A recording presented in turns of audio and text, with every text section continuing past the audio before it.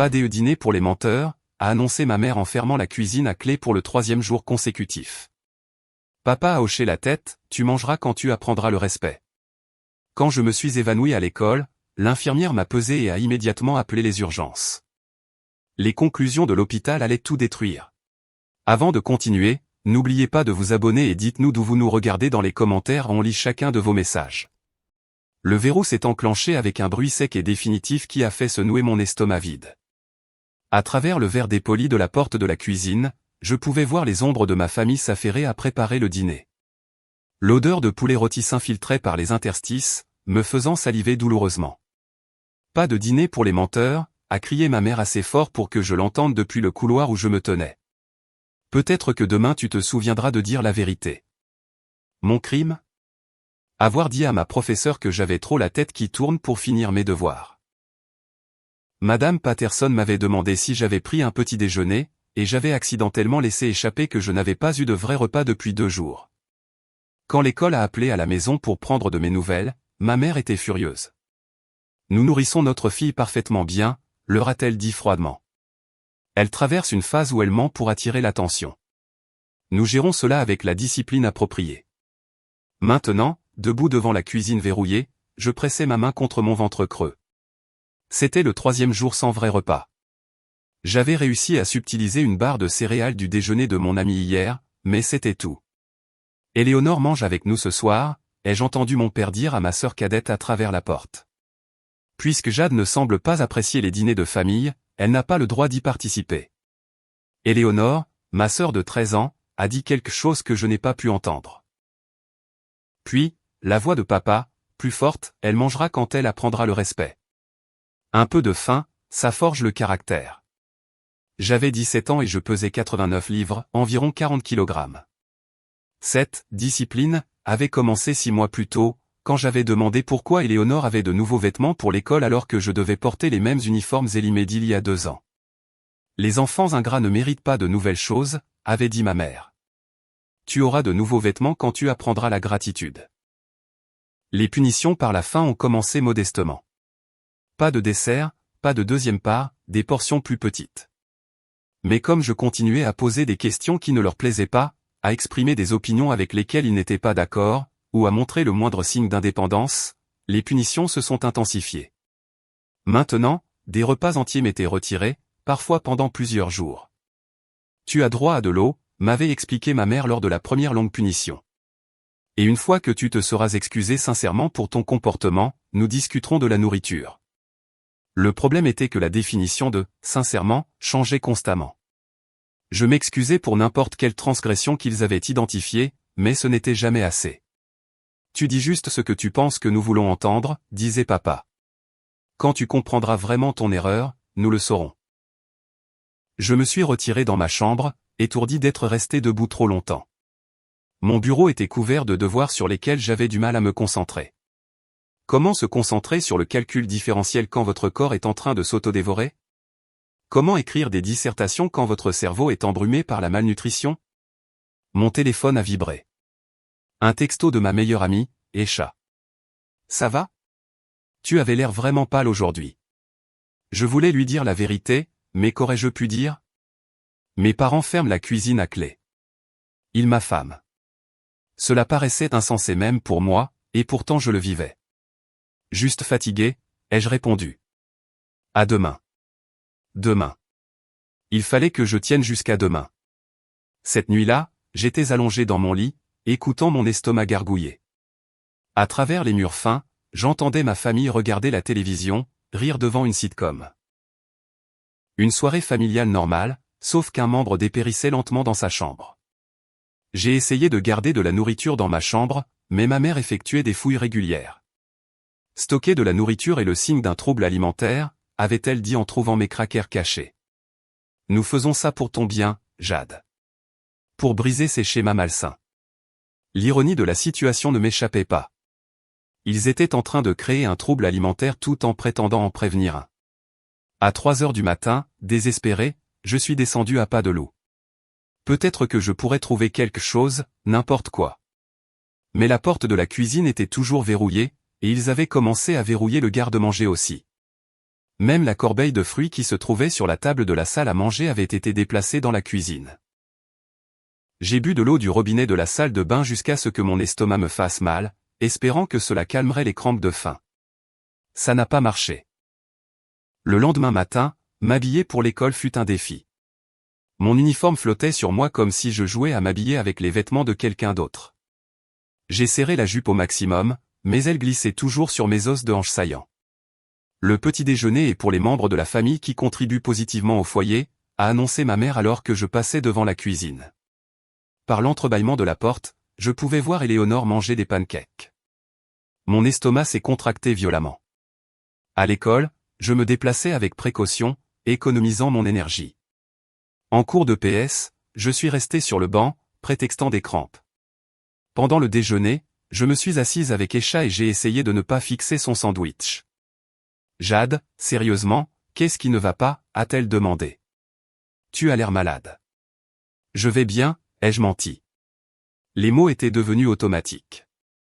Mes parents m'avaient bien dressé. Les affaires de famille restent en famille. En cours de biologie, la salle a commencé à tourner. Je me suis agrippé à mon bureau, me forçant à ne pas m'évanouir. Nous étudions le système digestif, quelle ironie.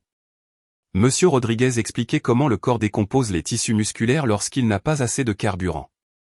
Le corps humain est remarquablement adaptable, disait-il. En cas de restriction calorique sévère, il cannibalisera ses propres tissus pour survivre. D'abord les réserves de graisse, puis les muscles, et finalement même les tissus des organes. Je me demandais à quel stade j'en étais. L'obscurité est venue soudainement. Un instant, je prenais des notes. L'instant d'après, je tombais. Mon corps abandonnait enfin son combat pour fonctionner avec rien.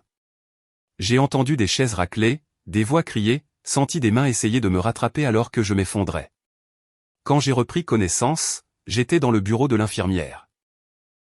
Madame Chen, notre infirmière scolaire, était penchée sur moi avec un tensiomètre et une expression profondément inquiète. Jade, ma chérie, quand as-tu mangé pour la dernière fois? J'ai essayé de calculer. La barre de céréales, c'était il y a 2 jours. Avant ça, quand avais-je eu un vrai repas pour la dernière fois? Les jours se confondaient dans un brouillard de faim. Je ne suis pas sûr, ai-je admis. Elle m'a aidé à m'asseoir lentement, puis à désigner la balance dans le coin. Je dois vérifier ton poids. Je suis monté sur la balance, chancelant légèrement. Les chiffres numériques ont clignoté, 84 livres, environ 38 kg. J'avais perdu 5 livres, plus de 2 kg, depuis la semaine dernière. Le visage de Madame Chen est devenu blanc. Jade, je dois appeler une ambulance, maintenant. Non, s'il vous plaît, ai-je supplié. Mes parents vont être tellement en colère. Je vais bien, je suis juste. Ma chérie, tu ne vas pas bien. Tu es en état de dénutrition sévère. Ta tension artérielle est dangereusement basse. C'est une urgence médicale. Elle était déjà en train de composer le numéro. En quelques minutes, j'ai entendu des sirènes. Alors que les ambulanciers me chargeaient sur un brancard, j'ai vu mes camarades de classe regarder par les fenêtres, leurs visages choqués. Mon secret était révélé. À l'hôpital, tout s'est passé très vite. On m'a posé des perfusions, prélevé du sang, branché des moniteurs. Une médecin aux yeux bienveillants et aux mains douces m'a examiné pendant qu'une infirmière notait tout. Depuis combien de temps vous privez-vous de nourriture, a demandé doucement la docteure Kumar. Je ne. Ai-je dit automatiquement. Je veux dire, je n'ai pas de trouble alimentaire. Mes parents. Je me suis arrêté. Le conditionnement était encore fort. Vos parents? Quoi, Jade? Quelque chose dans sa voix, professionnelle mais compatissante, a fait tomber mes défenses. Ils ferment la cuisine à clé, ai-je murmuré. Quand je suis méchante, quand je mens ou que je leur manque de respect. Pas de dîner pour les menteurs. C'est la règle. L'expression de la docteure Kumar n'a pas changé, mais je l'ai vu échanger un regard avec l'infirmière. Et ça arrive souvent. De plus en plus. Cette fois, ça fait 4 jours, je crois. Peut-être 5. Je perds le fil. Et ce sont vos parents qui vous privent de nourriture? J'ai hoché la tête, des larmes coulant sur mon visage. Papa dit que j'ai besoin de discipline. Maman dit que je mangerai quand j'apprendrai le respect, mais je ne l'apprends jamais comme il faut.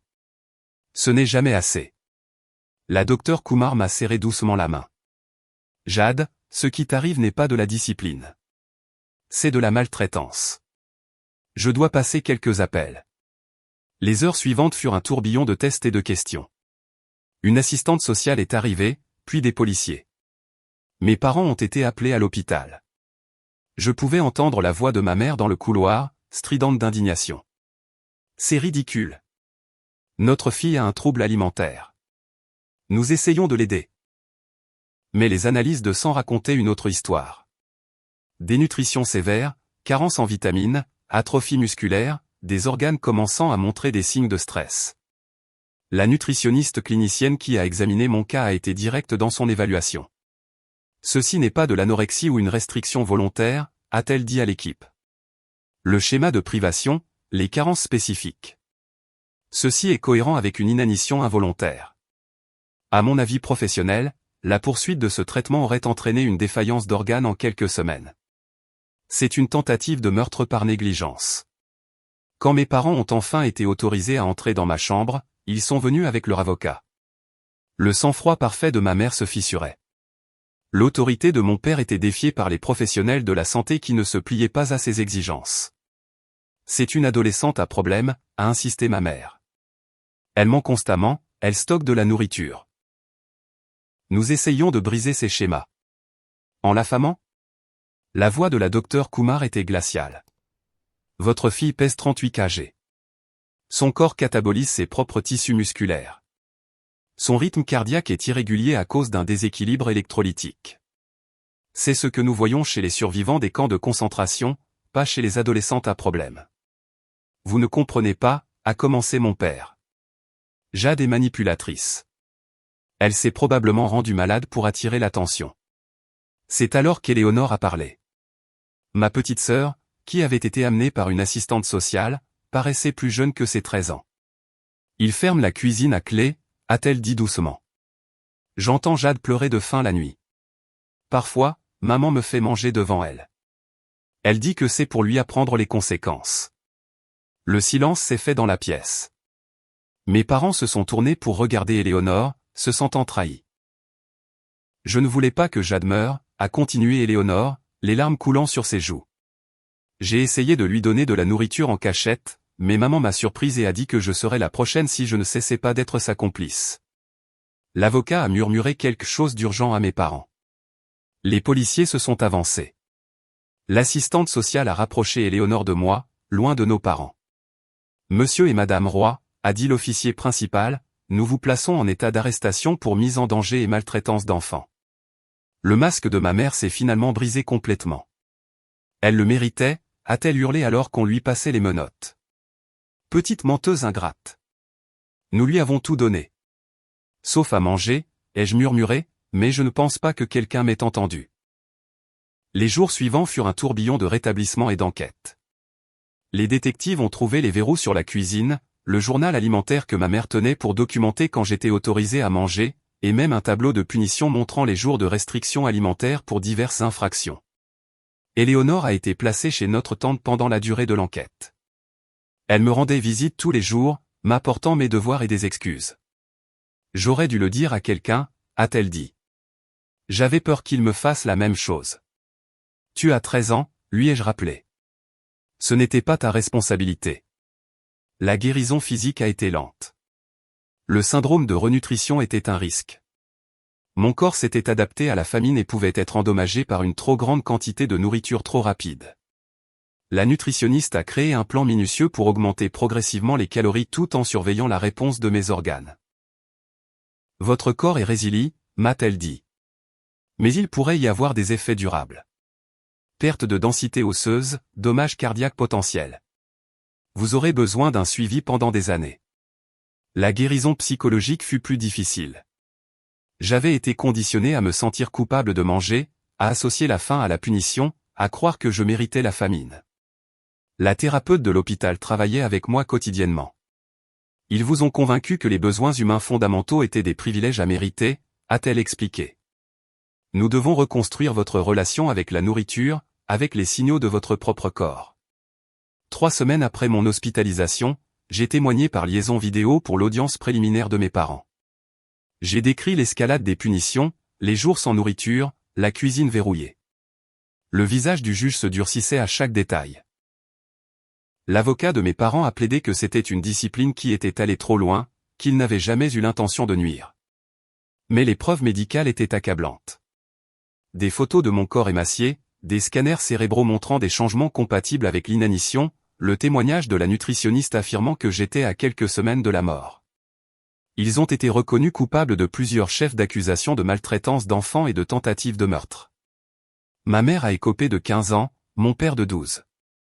La différence, le journal alimentaire, de l'écriture de ma mère, montrait qu'elle était la principale architecte du plan de famine. Lors du prononcé de la sentence, ils ont été autorisés à faire des déclarations. Mon père a parlé de déception et d'ingratitude. Ma mère a pleuré sur la difficulté d'élever un enfant difficile. Aucun ne s'est excusé. Aucun n'a reconnu qu'ils avaient failli me tuer. J'ai 19 ans maintenant, je vis avec ma tante Éléonore. J'ai un poids santé, bien que je voie encore régulièrement une nutritionniste. Certains jours sont plus difficiles que d'autres. Parfois, je me sens encore coupable de manger un repas complet. J'entends encore la voix de ma mère dire que je ne le mérite pas. Mais j'apprends. J'apprends que la nourriture est un carburant, pas une récompense. Que la faim est un signal, pas une punition. Que je mérite de prendre ma place dans le monde, de nourrir mon corps, d'exister sans avoir à mériter le droit de manger. Éléonore et moi cuisinons ensemble maintenant. Elle m'apprend des recettes qu'elle a apprises sur YouTube pendant que j'étais enfermé hors de la cuisine. Nous ne fermons aucune porte à clé dans la maison de notre tante. Le garde-manger est toujours ouvert. Il y a toujours des fruits sur le comptoir.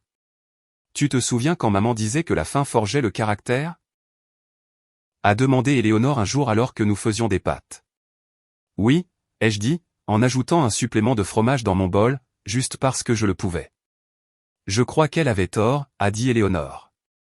C'est de lui avoir survécu qui a forgé notre caractère. La faim n'a forgé qu'un traumatisme. Elle avait raison. J'ai survécu à une famine systématique déguisée en discipline. J'ai survécu à une tentative de meurtre déguisée en éducation parentale. Et maintenant, chaque repas que je prends est un petit acte de rébellion contre les personnes qui ont essayé de m'effacer, une cuisine verrouillée à la fois. La nutritionniste avait raison, elle aussi. C'était une tentative de meurtre. Ils ont juste utilisé la faim comme arme au lieu de quelque chose de plus évident.